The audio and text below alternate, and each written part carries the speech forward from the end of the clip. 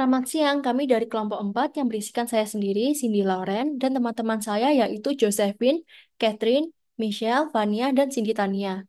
Dengan kesempatan yang ada, kali ini kami akan mepresentasikan mengenai reporting perusahaan kami yang memiliki 6 departemen, yaitu marketing, gudang, operasional, HRD, finance, dan kasir. Saya dari Departemen Marketing akan menjelaskan reporting dari 3 bulan pertama pada tahun 2024. Nah, untuk chart yang pertama adalah sum of jumlah pesanan by status pesanan. Adalah analisa distribusi jumlah pesanan berdasarkan status pesanannya untuk membantu pengguna memahami proporsi pesanan yang telah selesai dibandingkan dengan pesanan yang belum diproses. Berguna untuk mengevaluasi efisiensi proses persetujuan pesanan seperti apakah terlalu banyak pesanan yang masih dalam status menunggu.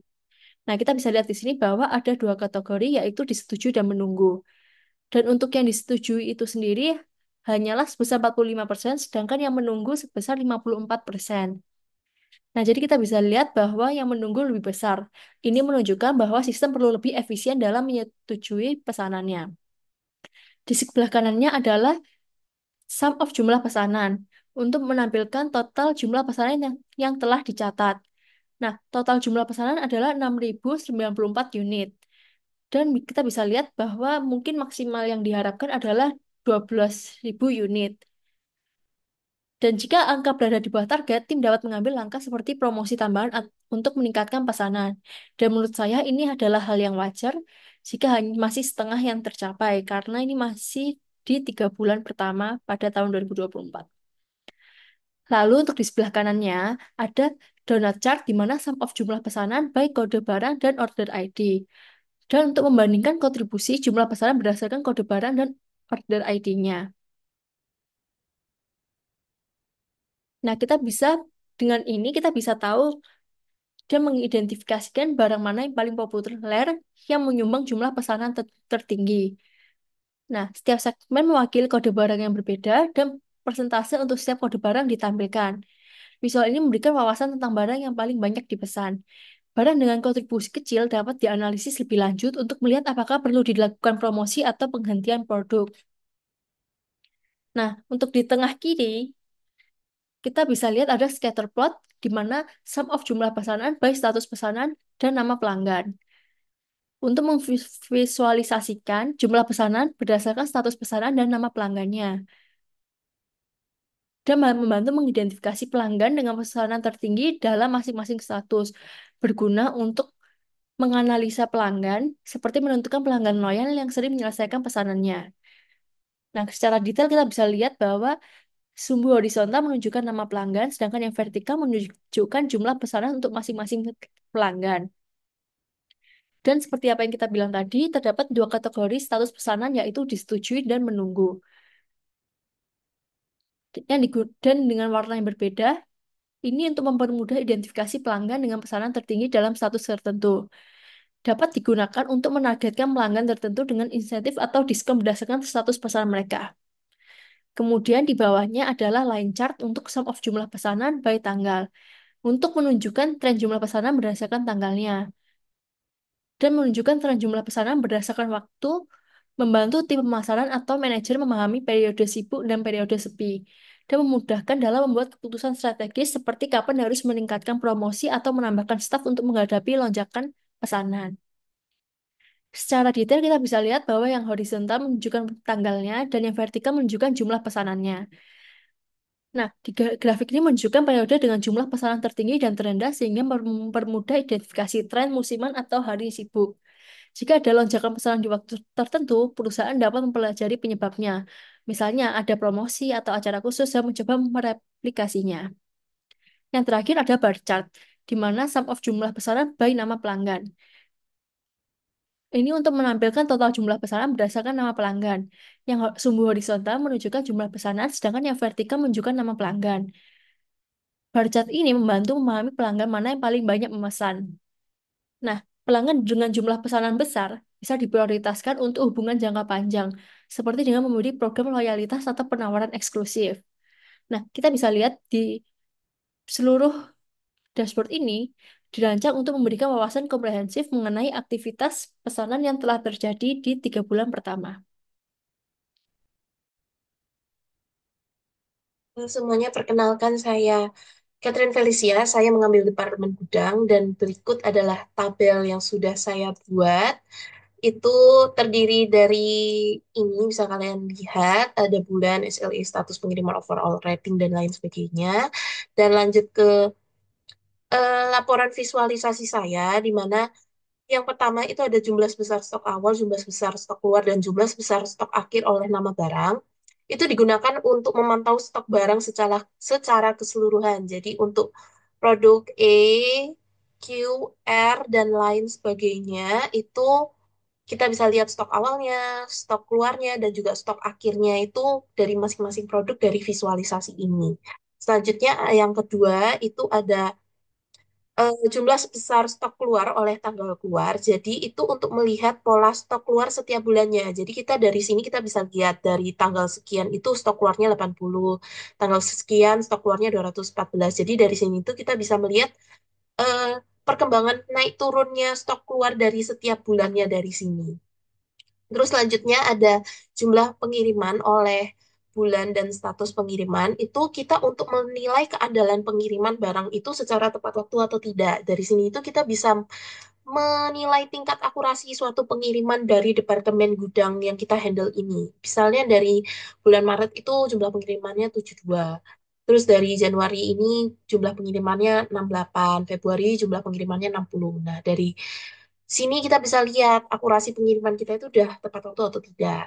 Terus selanjutnya ada eh, rata-rata stok akhir, minimum stok akhir, dan maksimum stok akhir.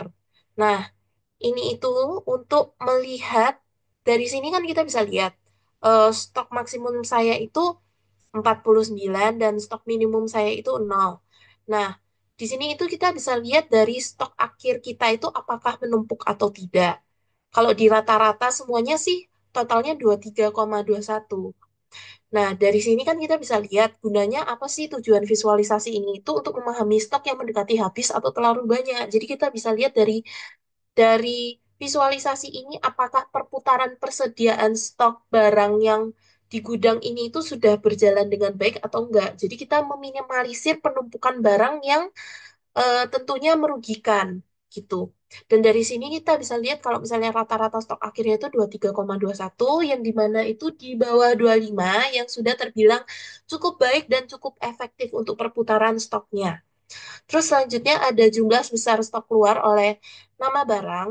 Nah, di sini itu untuk mengidentifikasi barang yang paling sering dipesan atau dikirim. Jadi kita bisa lihat di sini mana produk yang paling laris, paling sering dikirim, paling sering dipesan oleh para konsumen. Nah, kita bisa lihat di sini kalau ternyata produk L itu paling diminati oleh konsumen. Terus selanjutnya ada overall rating dari semua kinerja-kinerja visualisasi yang sudah saya paparkan di sini. Ternyata penilaian Departemen Gudang ini sudah berjalan dengan baik, yaitu excellent, karena dilihat dan dinilai dari stok akhir yang kalau misalnya dia itu kurang dari 25, maka dia terbilang cukup excellent atau baik atau semuanya sudah berjalan dengan efektif. Kalau misalnya stok akhirnya itu melebihi 25, berarti harus diperbaiki dan kurang efektif untuk departemen gudang. Seperti itu. Sekian, terima kasih.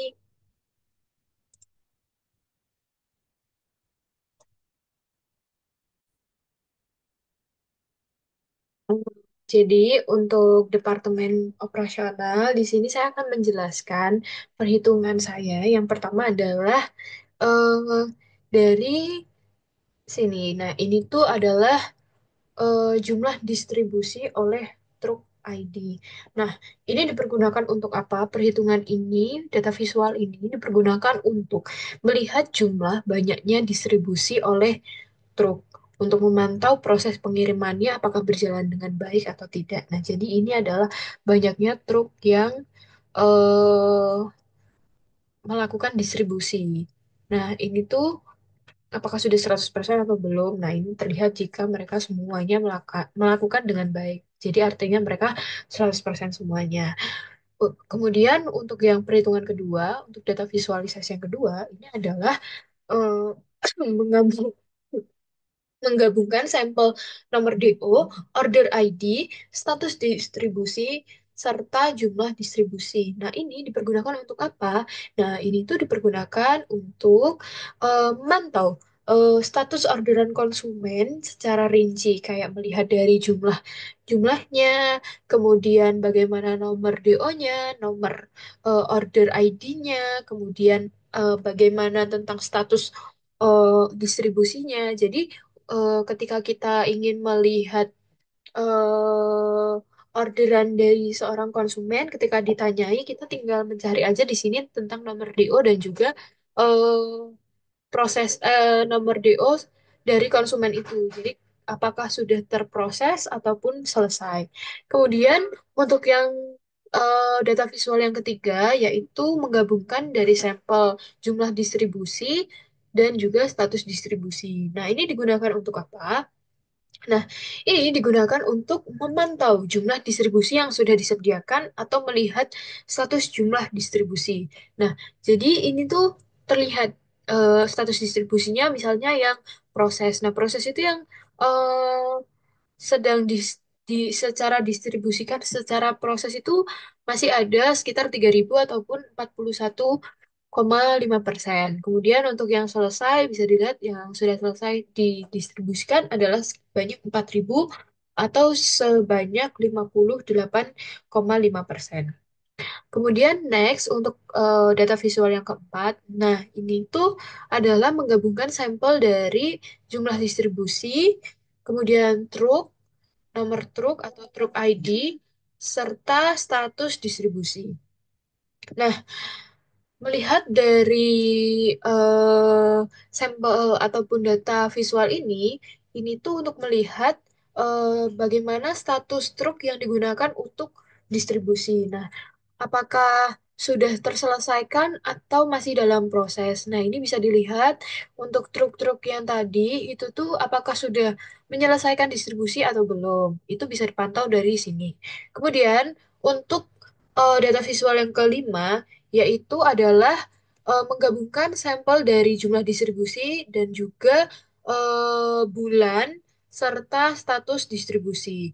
Nah, ini itu untuk apa? Untuk dari data visual ini kita itu bisa melihat untuk memantau serta menjadikannya untuk bahan evaluasi bulanan eh, di mana kita melihat kondisi status distribusi setiap bulannya. Jadi, misalnya kita melihat pada bulan Januari, Januari ini masih antara proses dan juga selesainya itu masih eh, normal. Kemudian di bulan Februari kita bisa melihat itu juga masih normal. Kemudian pada bulan Maret juga terlihat normal. Nah, ini tuh untuk sebagai pemantauan agar eh, melihat kondisi setiap bulannya itu bagaimana. Kemudian untuk yang data visual yang keenam, ini adalah menggabungkan sampel dari jumlah distribusi setiap bulannya. Nah, ini tuh untuk pemantauan apakah distribusi yang kita lakukan ataupun distribusi yang dilakukan perusahaan itu setiap bulannya itu ada peningkatan atau tidak. Nah, itu juga akan menjadi bahan untuk evaluasi serta pemantauan setiap bulannya. Itu terima kasih. Oke, nah bisa dilihat di sini bahwa Power BI ini itu seperti ini. Nah, ini udah bisa dilihat ya untuk share screen-nya. Nah, eh yang pertama ini saya udah buat dari saya dapat bagian HRD. Nah, departemennya bisa dilihat di sini. Udah saya masukin juga. Yang pertama itu saya pilih di departemen HRD dan juga untuk lawannya adalah jenis transaksi serta nominal dan juga order ID. Bisa dilihat di sini itu eh hasilnya rata-ratanya sama di bagian tiap departemen. Dan saya juga ada yang ini lagi untuk pengiriman per bulannya. Ini berdasarkan tanggal dan bulan. Yang paling banyak itu adalah di tanggal di bulan ini. 36% yang di bulan Maret karena ini udah paling banyak. Nah, sedangkan yang lainnya bisa dilihat sendiri ini itu kayak sekitar ada yang 0%, 34% dan juga 30%. Selanjutnya ada di nomor transaksi ini juga saya udah masukin di bagian pemasukan.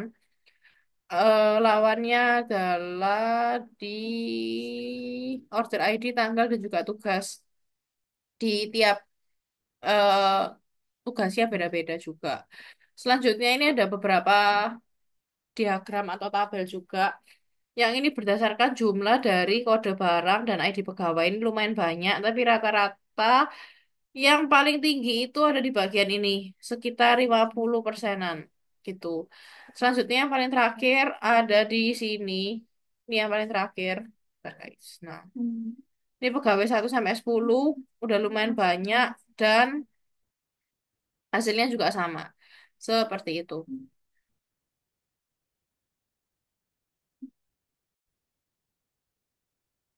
Saya misalkan Lin, saya akan menjelaskan Departemen Finance, di mana saya akan menjelaskan alurnya terlebih dahulu, di mana saya yang nantinya akan Departemen Finance ini itu akan menjelaskan tentang laporan keuangan dan juga anggaran anggarannya, di mana dapat dilihat di sini saya jelaskan terlebih dahulu bahwa Departemen Finance itu dapat terhubung ke eh, atau terkoneksi ke beberapa departemen lain. Nah, dapat dilihat di sini bahwa Departemen Finance itu terhubung dengan yang pertama ada Departemen Marketing, di mana Departemen Finance ini menerima data penghasilan, data penjualan dari bagian marketing. Kemudian finance ini itu akan memberikan laporan penjualan kepada bagian marketing, sehingga mereka saling berhubungan. Kemudian untuk departemen gudang ini itu mengirimkan data stok ke finance. Kemudian finance ini nanti akan eh, menerima data stok dari bagian gudang. Kemudian untuk bagian selanjutnya itu ada bagian kasir, di mana pada bagian bagian kasir ini itu akan eh, akan em, melaporkan transaksi pembayaran yang kemudian nanti bagian finance ini akan menerima eh, pembayaran pada bagian kasir ini. Kemudian untuk HRD sendiri ini bertugas untuk memberikan data gaji pegawai kepada bagian finance, sehingga finance nanti ini akan mengelola gaji pegawai, gaji dari data yang diberikan oleh HRD. Selanjutnya ada departemen operasional, di mana departemen operasional ini itu bertugas memberikan laporan kinerja ke bagian finance yang kemudian akan diterima oleh bagian finance laporan kinerjanya. Kemudian setelah itu dalam hal ini itu nantinya akan ada bentuk laporan arus kas dan juga anggaran, di mana eh, finance ini itu akan terkonek atau beralur ke departemen lain. Nah, selanjutnya ini saya akan menjelaskan pengertiannya atau diagramnya yang akan menjelaskan hal tersebut. Dari hal ini, itu bisa saya jelaskan bahwa data utama itu adalah eh, data yang menghubungkan antara Departemen Finance dengan Departemen Gudang, di mana Departemen Finance dan Departemen Gudang ini itu saling saling berhubungan dengan di mana Departemen Gudang ini memberikan data eh, stok kepada Departemen Finance. Selain dengan stok itu ada nama barangnya, stok barangnya, dan stok awal dan stok akhir, serta nanti finance ini akan memberi laporan keuangan atau nominal transaksi ke bagian gudang. Jadi ini menerima data. Nah, jadi dapat terlihat di sini bahwa KH ini tuh mencapai nominal yang paling tinggi dibandingkan produk lain sebesar 529 sekian. Seperti yang ada di sini.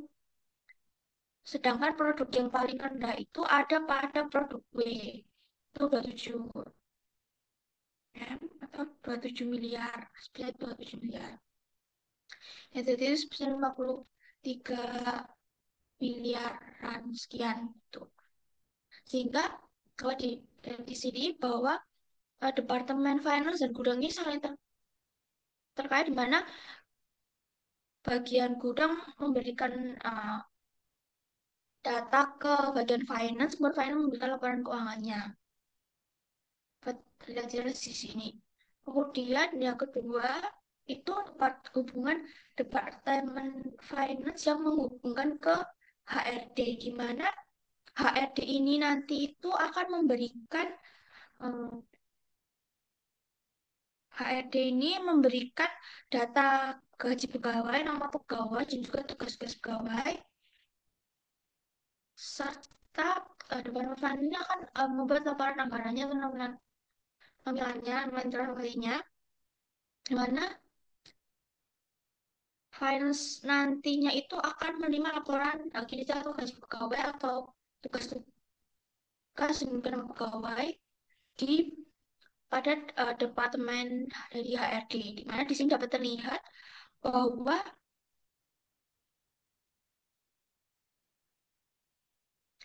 jadi bahwa pegawai distribusi barang itu eh,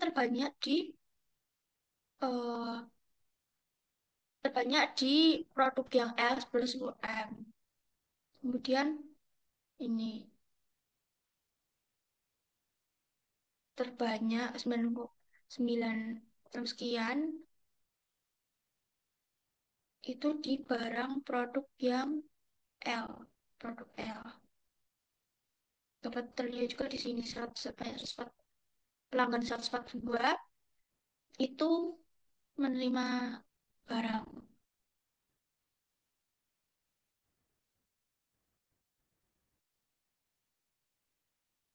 Dapat lihat ya pegawai 142 dengan distribusi barang sebesar 9,9 M ini sekian.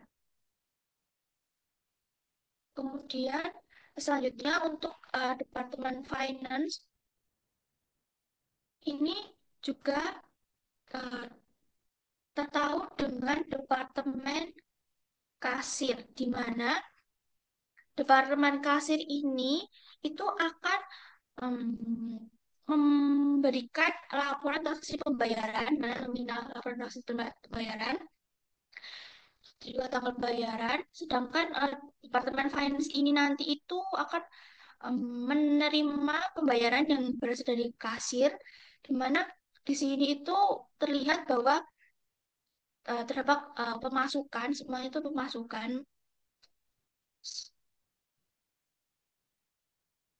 pada satu bulan sebesar 11 miliar sekian, terlihat di sini. Jadi semuanya itu berasal dari pemasukan. Jadi kayak di sini itu tidak ada pengeluaran pada di diagram ini. Lalu kemudian selain di departemen kasir itu juga ada departemen marketing. Jadi departemen marketing ini itu bertugas untuk uh, memberikan data penjualan berbagian finance. Datanya berupa jumlah pesanannya dan juga sales pesanannya. Uh, Kemudian bagian finance itu akan menyetujui dalam jumlah membuat jadi laporannya, di mana dapat dilihat di sini itu bahwa terdapat lebih banyak uh, status pesanan yang menembus banyak 2,3K dibandingkan dengan status pesanan yang disetujui yang sebanyak 2,8K. Jadi lebih banyak yang menurun daripada disetujui. Dilihat di sini,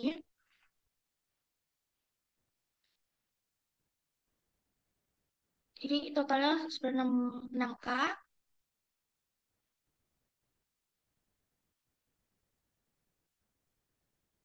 Total dari pesanan ini itu sebenarnya 609 sekian. Bisa dilihat di sini. Ini menunjukkan bahwa pekerjaan itu belum uh, bagian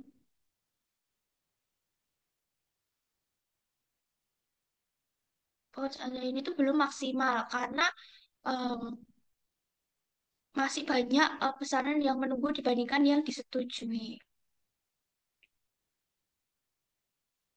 Next. Dan ini juga bisa dilihat pada departemen kasir juga ini bahwa kasir itu juga memberikan nominal bayaran kepada departemen finance. Dengan ini berdasarkan nomor transaksi. Jadi kalau berdasarkan nomor transaksi itu tuh yang paling tinggi itu di dengan kode TR X142, jadi 42 tadi, jadi sama 42 dengan sekitar 9,9 miliar. Jadi ini bisa dilihat tiap tahun. Jadi ini antara departemen HRD juga departemen kasir ini tuh tertahu. Jadi antara jumlah yang tertinggi dengan departemen sales dan departemen itu sama. Jadi hal ini bisa dilihat bahwa ada koneksi. Jadi udah cukup baik karena uh, distribusi bayar dan nominalnya itu sudah sama walaupun apa sudah disalurkan ke beberapa departemen. Kemudian yang terakhir itu ada departemen uh, operasional, di mana ini dapat dilihat bahwa departemen operasional itu memberikan laporan kinerja di sini. Laporan kinerjanya itu status distribusi, mengenai status distribusi, dan juga bagian kasirnya ini akan menerima laporan kinerja. Jadi, akan menerima berdasarkan dengan order ini. Di mana dapat dilihat di sini itu prosesnya yang selesai itu lebih banyak dibandingkan yang masih diproses. Karena yang masih diproses ini sudah 376 sekian pada tanggal sekian itu untuk tanggalnya antara dua departemen ini sama jadi sudah cukup baik. Kemudian ini juga tanggal di kedua departemen itu juga sama jadi saling terkoneksi. Tapi yang selesai itu sebanyak 365 yang sudah didistribusi selesai itu lebih banyak dibandingkan yang proses masih 25 29 tuh. Nah, dari data ini itu untuk bisa dilihat juga kayak dari setiap order, tiap departemen lebih jelasnya seperti ini. Untuk yang uh, kode list dari semua departemen ini itu ditautkan dengan yang namanya order ID sehingga semua itu bisa tertaut. Jadi bisa dilihat ini setiap produknya sampai yang terakhir juga. Nah, jadi hal ini itu dapat ditarik kesimpulan bahwa finance ini, departemen finance itu dapat terhubung atau terkoneksi dari setiap departemen yang ada seperti departemen kasir, HRD, gudang, terus marketing operasional, itu. Kemudian departemen marketing ini memberikan data penjualan atau data-data yang tadi sudah saya jelaskan itu untuk membantu bagian finance itu menghitung kas masuk, masukan seperti dilihat di sini. Kemudian untuk bagian gudang sendiri itu memberikan informasi stok barang keluar. Bisa dilihat di sini, ini ada stok keluar yang mempengaruhi kas masuknya dari setiap departemen. Kemudian kasir itu melakukan transaksi pembayaran dan juga pengaruh pada arus kasnya. Eh, Kemudian untuk HRD memberikan informasi tentang gaji pegawai tadi, tentang data-data pegawai itu yang mempengaruhi pengeluaran, tapi di sini tidak ada pengeluaran dimasukkan. Kemudian operasional itu memberikan laporan kinerja yang dapat membantu evaluasi keseluruhan untuk pemasukan anggaran dan lain sebagainya. Jadi untuk terkait laporan anggarannya atau dari Departemen Finance eh, cukup sekian, mungkin akan dilanjutkan untuk Departemen Kasir selanjutnya. Selanjutnya, saya akan menjelaskan hubungan dari Departemen Kasir dengan departemen lainnya. Yang pertama, hubungan Departemen Kasir dengan Departemen Finance. Di sini bisa dilihat pemasukan dari kasir ke finance bisa dikatakan tidak memiliki masalah selama 3 bulan. Yang kedua, hubungan Departemen Kasir dengan Departemen Gudang. Bisa dilihat dari grafik tersebut, agar kasir dapat mengetahui jumlah stok gudang di awal dan stok gudang di akhir, serta stok gudang yang keluar di setiap transaksinya. Lalu yang ketiga, ini hubungan Departemen Kasir dengan Departemen HRD. Dari grafik tersebut menunjukkan nominal yang dibutuhkan HRD untuk memberikan gaji karyawan termasuk Departemen Kasir ini, serta pelatihan pada Departemen Kasir untuk pembekalan pada pekerjaan.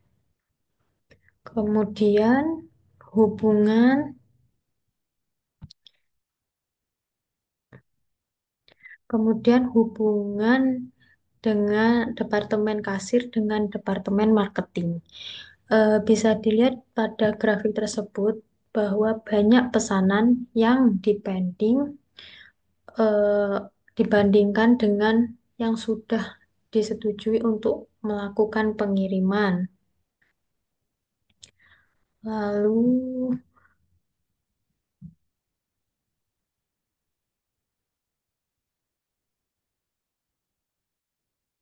kemudian hubungan Departemen Kasir dengan Departemen Marketing juga dilihat dari jumlah pesanan. Hal ini bisa diartikan bahwa kasir juga berpotensi bisa atau tidak menawarkan produk kepada konsumen. Dan yang terakhir, hubungan Departemen Kasir dengan Departemen Operasional. Pada grafik tersebut menunjukkan bahwa persentase tahap proses dengan distribusi yang masuk sebesar 41,5%. Sementara persentase yang sudah selesai dengan distribusi yang masuk sebesar 58,5%. Nah, kemudian saya akan membahas mengenai dashboard report pada Departemen Marketing. Nah, untuk Departemen Marketing, cap pertama yaitu jumlah pesanan yang totalnya adalah 6.094 unit. Kemudian ada juga pie chart untuk status pesanan di mana status pesanan menunggu lebih besar daripada status pesanan yang disetujui. Dan ini menunjukkan bahwa performa belum terlalu maksimal dan sesuai seperti apa yang diharapkan.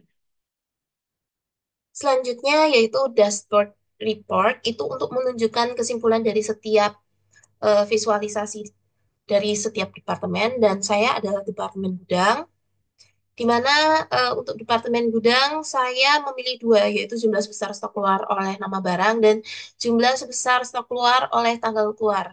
Karena untuk dari dua ini itu kita bisa lihat barang atau stok apa yang paling sering dikirim dan eh, produk apa yang paling diminati oleh konsumen dan yang paling sering keluar dan paling sering dipesan. Nah, kenapa sih saya ingin mengetahui mengenai hal tersebut? Karena Ya, tentunya dari visualisasi kedua ini itu saya bisa mengelola stok yang efisien, di mana barang yang sering dipesan atau diminati oleh konsumen itu memerlukan stok yang cukup untuk menghindari kekosongan atau stock out dalam bahasa gudang. Dan dengan mengetahui barang mana yang sering dipesan, gudang itu dapat mengatur reorder point dan safety stock secara optimal. Tentunya dengan tingkat permintaan yang tinggi itu membutuhkan prioritas dalam penyimpanan seperti lokasi strategis di gudang, misalnya lebih dekat ke area pengiriman. Nah, tentunya hal itu bisa mengurangi waktu dan biaya penanganan barang dan juga bisa meminimalkan biaya penyimpanan dengan mengurangi stok barang yang jarang dipesan. Itu bisa meminimalisir biaya produksi juga. Terus mengalokasikan sumber daya secara efisien dengan kebutuhan barang. Terus dari sini itu juga kita bisa pengambilan keputusan berdasarkan data. Dari sini kan kita bisa memprediksi masa depan dengan menganalisis pola stok keluar setiap bulan, di mana gudang itu bisa menyampaikan ke manajemen untuk membuat prediksi berbasis data untuk perencanaan ke depannya. Dari perencanaan ke depan itu kita bisa pengendalian biaya untuk membantu mengurangi biaya yang tidak perlu dengan menyesuaikan pembelian barang dengan pola stok keluar yang sudah kita analisis di visualisasi dalam departemen gudang seperti itu. Sekian, terima kasih. Nah, untuk pada bagian dashboard ini, saya akan menjelaskan pada departemen yang saya ambil, yaitu adalah Departemen Operasional. Nah, jadi pada dashboard board ini saya memilih dua sampel dari departemen operasional yang menurut saya cukup penting. Nah, jadi yang pertama adalah dari bagian status distribusi untuk orderan konsumen.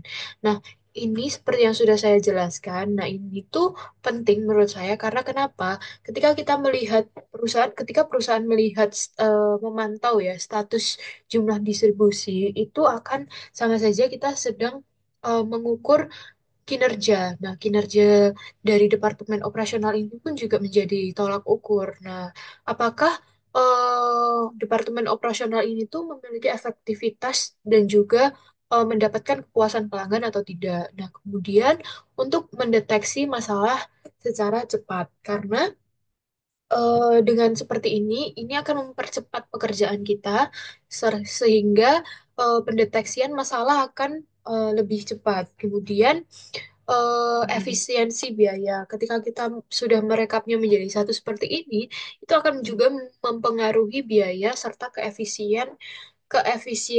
keefisiensian dan juga akan mencapai keputusan berbasis data yang itu pun juga akan mendukung alokasi biaya nantinya. Kemudian yang kedua adalah dari jumlah distribusi yang pada setiap bulannya serta status distribusiannya. Nah, kenapa pemantauan bulanan itu penting bagi Departemen Operasional? Karena dengan eh, apa memahami setiap bulannya pemantauan bulanan seperti ini, kita itu akan dapat menganalisis tren apa yang ada. Jadi kayak memahami bagaimana pola distribusi yang telah kita lakukan dan juga tentang permintaan musiman, apakah ada peningkatan atau adanya penurunan. Kemudian itu juga menjadi perencanaan serta evaluasi setiap bulannya. Kemudian itu juga setelah menjadi perencanaan serta evaluasi, itu pun juga akan menjadi pencegahan masalah yang akan datang di kedepannya. Begitu. Kemudian juga setelah kita melakukan pemantauan setiap bulannya ini, maka kita akan menciptakan yaitu adanya kepatuhan tentang target lebih tepatnya. Jadi, apakah target yang dari bulan lalu sudah tercapai atau belum? Nah, dengan pemantauan rutin seperti ini, entah dari status distribusi maupun pemantauan setiap bulannya, itu akan memastikan bahwa departemen ini bisa melakukan keefisiensian, kemudian bagaimana tentang kualitas layanannya, dan juga tentang bagaimana cara kita mengambil keputusan di dalam departemen ini. Sekian, terima kasih. Oke, jadi selanjutnya saya akan menjelaskan mengenai dashboard. Saya akan share screen terlebih dahulu. Nah, bisa dilihat dari sini bahwa dashboard ini itu yang seperti ini. Nah, ini saya udah buat dashboardnya. Untuk eh yang saya pilih adalah di pegawai dan kode barang. Jadi ada dua variabel. Bisa dilihat di sini hampir rata-rata semua sekitar 50-an. Dan juga selanjutnya ada jumlah total dari tanggal berdasarkan nama pegawai. Nah, ini bisa dilihat juga pegawainya rata-rata sekitar seratusan per orangnya. Dan bisa dilihat artinya bahwa nama pegawai serta tanggal pemesanan hampir-hampir sama jumlahnya dan juga pegawai serta kode barangnya juga sesuai. Seperti itu. Terima kasih.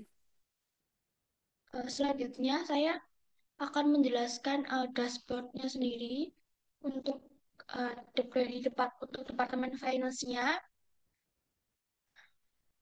Tadi kan sudah saya jelaskan beberapa grafik-grafiknya ini adalah kesimpulan secara keseluruhan dari setiap departemen, di mana departemen ini saling terkait, di mana departemen finance itu nominal transaksi itu saling terkait dengan departemen gudang yang memberikan data-data penjualan, data-data gaji karyawan, dan juga terkonek juga dengan HRD, dengan nama nama pegawai. Sedangkan gudang ini memberikan data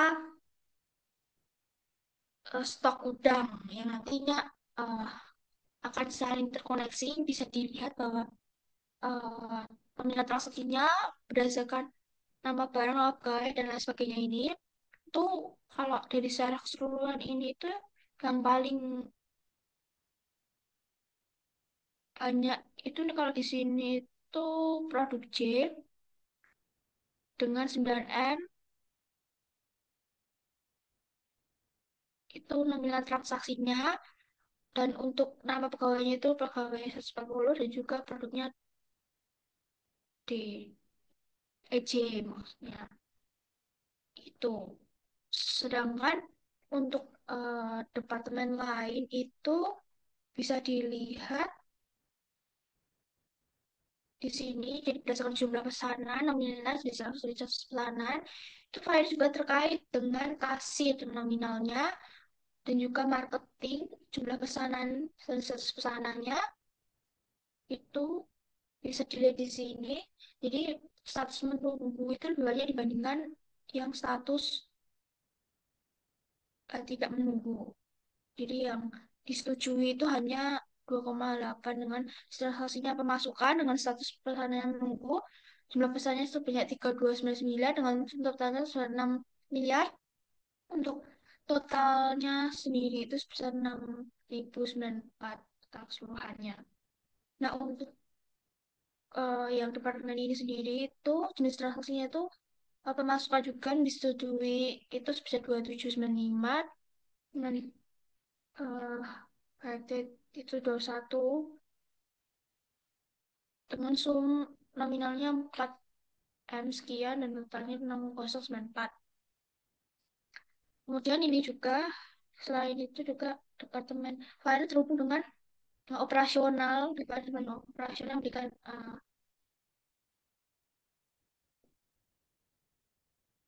di sini departemen anggaran dengan memberikan data kinerja dan proses distribusi, juga nominalnya sebanyak itu. Ini bisa dilihat yang paling banyak tadi yang 42 dengan proses 9M. Yang paling kecil itu seperti 7,6M yang sudah selesai di dengan kode TRX 108. Kemudian untuk departemen dashboardnya dijelaskan oleh teman saya berikutnya. Selanjutnya, seperti yang saya jelaskan di awal, hubungan Departemen Kasir dengan Departemen Gudang ini, dengan adanya grafik tersebut, supaya kasir dapat mengetahui jumlah stok gudang di awal dan stok gudang di akhir, serta stok yang keluar di setiap transaksinya. Hal tersebut dapat mencegah atau meminimalisir kecurangan pada karyawan dan mengetahui jika ada barang yang hilang dari gudang, serta dapat mengendalikan stok barang yang keluar dari gudang. Kemudian, hubungan Departemen Kasir dengan Departemen Marketing. Dengan adanya grafik tersebut, dapat menilai pihak kasir dan marketing mampu atau tidak menawarkan produk tersebut ke konsumen dari jumlah pesanan dengan beberapa program, seperti diadakan promo maupun diskon. Baik, sekian dari kami kelompok 4. Mohon maaf jika ada kurang lebihnya. Terima kasih.